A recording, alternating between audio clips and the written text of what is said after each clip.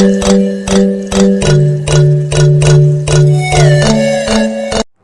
वालेकुम dear student, welcome to my YouTube channel MK bright chemistry. पिछले lecture में हमने कवर किया था मॉलिक्यूल को एंड इट्स टाइप्स। आज हम लोग डिस्कस करेंगे व्हाट इज़ आयन। आयन की दो इकसाम हैं, केटाइन और एनाइन। इसके बाद एंड में डिस्कस करेंगे मॉलिक्यूलर आयन। सबसे पहले डेफिनेशन करते हैं आयन की। आयन कहते हैं atom or a species which have either positive charge or a negative charge, यानी कि कोई भी एटम हो, कोई शिपिशी हो, कोई ग्रुप ऑफ एटम हो, उसके ऊपर अगर पॉजिटिव या नेगेटिव चार्ज इसमें से कोई भी चार्ज आ जाए तो वो आयन बन जाएगा। डेफिनेशन यूँ करेंगे,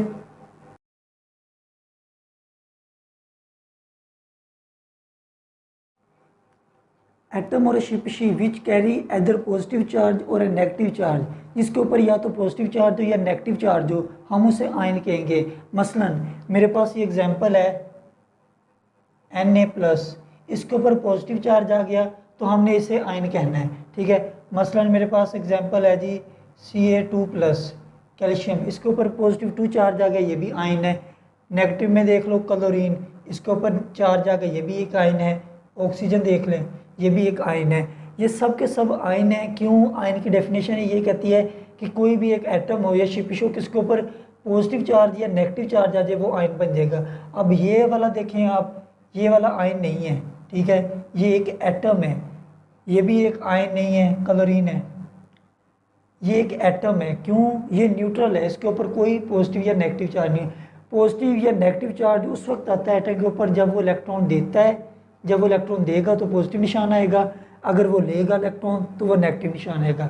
अब आयन को दो कैटेगरी में तकसीम किया गया है, एक को कहते हैं एनाइन, एक कहता है केटाइन। सबसे पहले हम डिस्कस करते हैं केटाइन। केटाइन कैसे फॉर्म होता है, केटाइन की फॉर्मेशन एक्सोथर्मिक है या एंडोथर्मिक है, सब क्वेश्चन डिटेल में भी डिस्कस करते हैं।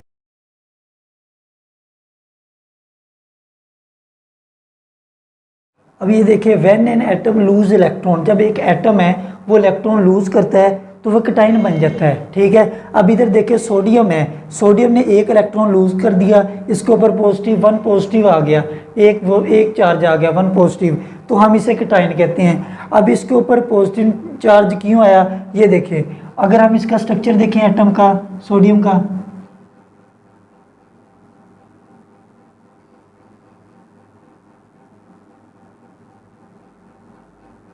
आखिरी शेल में इसके होते हैं 11, यानी कि एक इलेक्ट्रॉन होता है आखिरी शेल में। टोटल इसके अंदर 11 इलेक्ट्रॉन है, तो इसके अंदर 11 ही प्रोटॉन होंगे, 11 प्रोटॉन। प्रोटॉन भी सेम है, इलेक्ट्रॉन भी सेम है। जब एक, यानी कि ये आयन बनता है, एक इलेक्ट्रॉन रिमूव हो जाता है। जब इसमें से एक इलेक्ट्रॉन रिमूव हो गया, इलेक्ट्रॉन हो गए 10 इलेक्ट्रॉन होते हैं, प्रोटॉन 10 इलेक्ट्रॉन हो जाते हैं, प्रोटॉन होते हैं 11। प्रोटॉन ज़्यादा मिकदार में है, तो जो क्वांटिटी ज़्यादा मिकदार में होगी, अब इसके अंदर 11 प्रोटॉन है, प्रोटॉन की तादाद ज़्यादा है, ज़्यादा प्रोटॉन है, इस वजह से इसके ऊपर जो चार्ज होता है वो पॉजिटिव शो होता है। इसलिए कहते हैं कि इसके ऊपर पॉजिटिव निशान क्यों आता है। रीज़न ये है कि इसके अंदर इलेक्ट्रॉन और प्रोटॉन की तादाद सेम होती है, लेकिन जब एक एटम सोडियम का एक इलेक्ट्रॉन लूज़ कर दे तो इसके अंदर इलेक्ट्रॉन रह जाते हैं 10, लेकिन प्रोटॉन 11 ही रहते हैं। ज़्यादा मिकदार में प्रोटॉन होने की वजह से इसके ऊपर पॉजिटिव निशान होता है। वैसे भी याद रखें बात कि जब बंदा कोई ना कोई चीज़ डोनेट करता है तो उसे पॉजिटिव तस्वर किया जाता है। रीज़न ये थी पॉजिटिव निशान आने की कि प्रोटॉन ज़्यादा हैं इसके ऊपर, ठीक है। अब क्वेश्चन होता है, why formation of a cation is a endothermic process. Formation of cation endothermic क्यों है, यानी कि एंडोथर्मिक कहते हैं इसके अंदर एनर्जी अब्जॉर्ब होती है, ऐसा प्रोसेस जिसके अंदर एनर्जी अब्जॉर्ब होती है। क्यों इसे एंडोथर्मिक कहा गया वो देखिए। अब ये है न्यूक्लियस, ठीक है, इसका जो न्यूक्लियस है ये है आखिरी शेल, इसके इलेक्ट्रॉन के आखिरी शेल के अंदर इलेक्ट्रॉन है। अब इस न्यूक्लियस ने इसको पकड़ा हुआ है, कोई इसकी गिरफ्त है उसके ऊपर। अब इस गिरफ्त की वजह से ये इलेक्ट्रॉन बाहर नहीं भाग सकता। जब हम इसके ऊपर एक्सटर्नल फोर्स अप्लाई करेंगे, इस गिरफ्त के ऊपर अगर हमारी जो एक्सटर्नल फोर्स है वो गालिब आ जाती है तो इलेक्ट्रॉन इजीली रिमूव हो जाएगा। जब हमने फोर्स एक्सटर्नल यूज़ की, इस प्रोसेस के अंदर हम एनर्जी यूज़ कर रहे हैं, फोर्स को यूटिलाइज कर रहे हैं, प्रोसेस के अंदर एनर्जी यूज़ करना पड़ती है ताकि ये न्यूक्लियस और जो आखिरी शेल के अंदर इलेक्ट्रॉन है इसके ऊपर गालिब आ जाए वो फोर्स। फिर वो फोर्स इसको निकाल देती है। जब इसमें से एनर्जी निकल जाती है तो एक एनाइन एक केटाइन बन जाता है। इसलिए ये कहते हैं कि formation of cation is a endothermic process because in this process energy is absorb. Formation of cation is a endothermic process. Endothermic process मैंने आपको बताया कि ऐसा प्रोसेस जिसके अंदर एनर्जी एब्जॉर्ब होती है। Formation of cation is endothermic process because in this process we have to give energy. इस प्रोसेस में हमें एनर्जी दी जाती है, एनर्जी देना पड़ती है to overcome the force of traction between the nucleus and outermost electron. इस न्यूक्लियस ने इस इलेक्ट्रॉन को पकड़ रखा है। अब इस इलेक्ट्रॉन को निकालना है, अगर इसको केटाइन बनाना है तो इस इलेक्ट्रॉन को निकालना पड़ेगा। अब इस इलेक्ट्रॉन को निकालने के लिए बाहर से एनर्जी देना पड़ेगी ताकि वो ज़्यादा एनर्जी हो और वो गालिब आ जाए इन दोनों के दरमियान जो फोर्स ऑफ ट्रैक्शन है। जब इन दोनों के दरमियान फोर्स ऑफ ट्रैक्शन के ऊपर आउटर मोस्ट जो हमने एनर्जी दी है वो गालिब आ जाती है तो ये इलेक्ट्रॉन ईजिली रिमूव हो जाता है। जब ये रिमूव हो जाता है तो केटाइन बन जाता है। इस वजह से हम ये कहते हैं कि formation of cation is a endothermic process. अब हम डिस्कस करते हैं एनाइन। एनाइन क्या चीज़ है और why anion is known as exothermic process.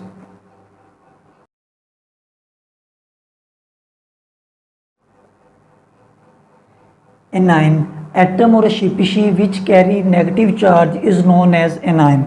कोई भी एटम है, अब ये देखो कोई भी एटम है या स्पीशी जिसके ऊपर नेगेटिव चार्ज है उसको हम एनाइन कहते हैं। अब ये एनाइन है, क्लोरीन नेगेटिव, ठीक है, ये क्लोराइड आइन होगा। अब ये कैसे बनता है ये देखो, इसके आखिरी इसका एटॉमिक नंबर होता है 17।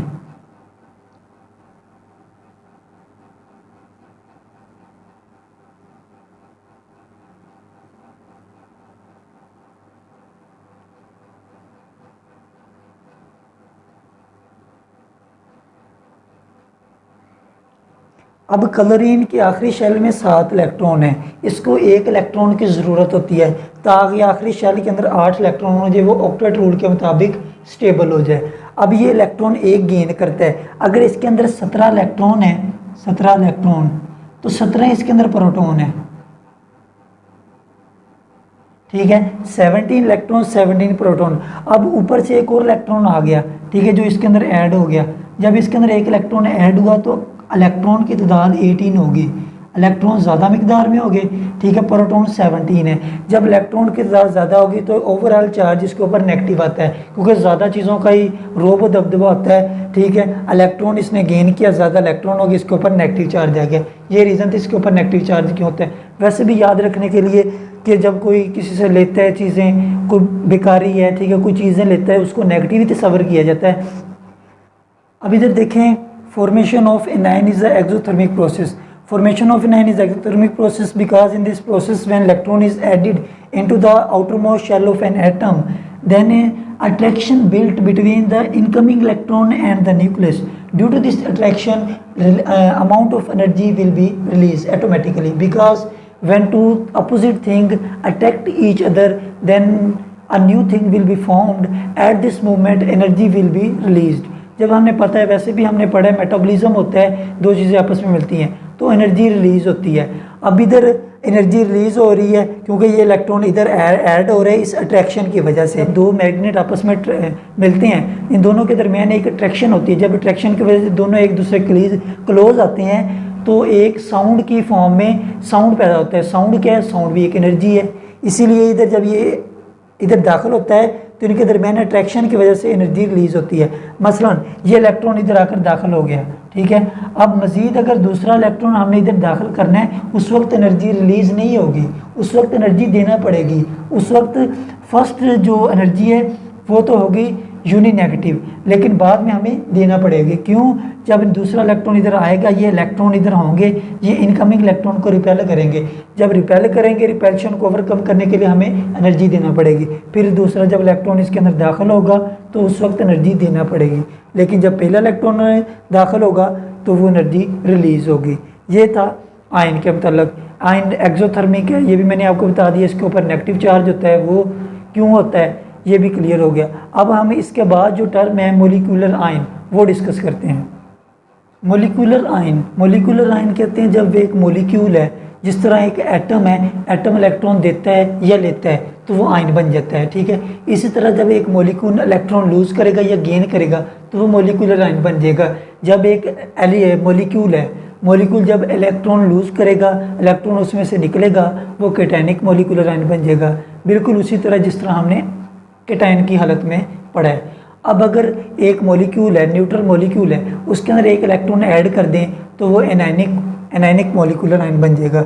एनायनिक मॉलिक्यूलर जो है ये कम पाए जाते हैं, ठीक, क्योंकि एक ये मेरे पास ले लो मॉलिक्यूल है, अब इसके अंदर एक इलेक्ट्रॉन को ऐड करना काफ़ी मुश्किल है, ठीक है। क्यों? एक मॉलिक्यूल है, इसके अंदर इलेक्ट्रॉन ऐड करना बहुत मुश्किल काम है, इसीलिए ये बहुत कम पाए जाते हैं। लेकिन अगर मैं लूँ इधर मॉलिक्यूल के अंदर से एक इलेक्ट्रॉन को निकालना है, मसलन एक मॉलिक्यूल है, ठीक है, ये CH4 है, इसमें एक मॉलिक्यूल है, ठीक है, इसके अंदर इलेक्ट्रॉन है। अब मैं हाई एनर्जी बीम यूज़ करूँ इलेक्ट्रॉन की, ये अल्फ़ा पार्टिकल यूज़ करूँ, ठीक है। अल्फ़ा पार्टिकल भी बहुत ज़्यादा एनर्जेटिक पार्टिकल्स हैं। जब इसमें से मैं गुजारूंगा तो होगा क्या, इधर में से मसलन इसमें इलेक्ट्रॉन है, वो इस इलेक्ट्रॉन को इस तरह रिमूव कर देंगे। जब इसमें से इलेक्ट्रॉन रिमूव होगा, इसके ऊपर पॉजिटिव चार्ज आ जाएगा, ये कैटायनिक मॉलिक्यूलर आयन बन जाएगा। इलेक्ट्रॉन निकालना, बीम के ज़रिए हम कोई भी एनर्जेटिक बीम यूज़ कर सकते हैं जो इसमें से इलेक्ट्रॉन को इजीली रिमूव कर देगी।